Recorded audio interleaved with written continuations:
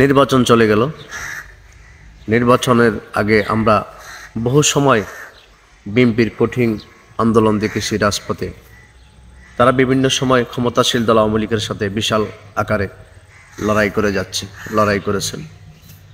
কিন্তু নির্বাচনের পরে বিগত 6 মাস হয়ে গেছে, বিএনপির কোথায় আমরা কঠোর আন্দোলনে নামতে আমরা দেখিনি, এমনও কোনো রকম আওয়াজ পাইনি।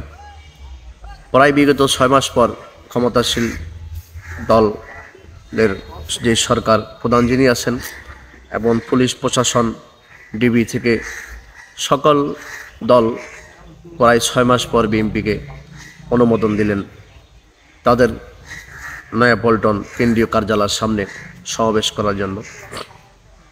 একটা মানুষ একটি দলকে কতটা পাগলের মতো ভালোবাসলে এরকম ছুটে আসতে পারে।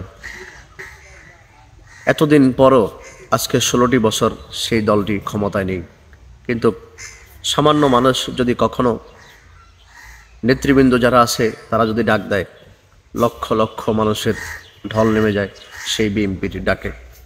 দেখুন, নির্বাচন যাওয়ার 6 মাস পর যখন আবারও সেই দলটি অনেক লাঞ্ছিত হওয়া, যেসব খেটে খাওয়া মানুষগুলো এখনও নিজের খেয়ে নিজের পরে এতটা ভালোবাসার বড় বিগত নির্বাচনের 6 মাস পরে যখন আন্দোলনের ডাক দিয়েছেন, রাজপথে মানুষ কীভাবে কঠোরভাবে রাজপথে ঝাঁপিয়ে পড়তেছে।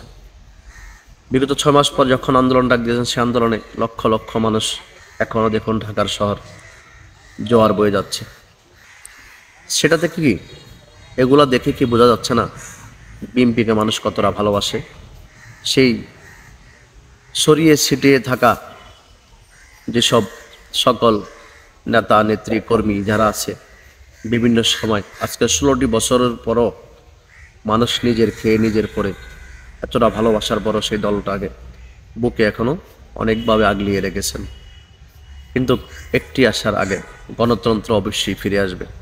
সেই উদ্দেশ্যে, সে আশ্বাসে, তাহলে কোন নিঃশ্বাসে মানুষ এখনও সেই দলটাকে ভালোবাসে? কারণ এই দলের বহু নেতা আমরা বিভিন্ন সময় আমরা দেখেছি বহুভাবে লাঞ্ছিত হয়রানি হচ্ছে বিগত দিন।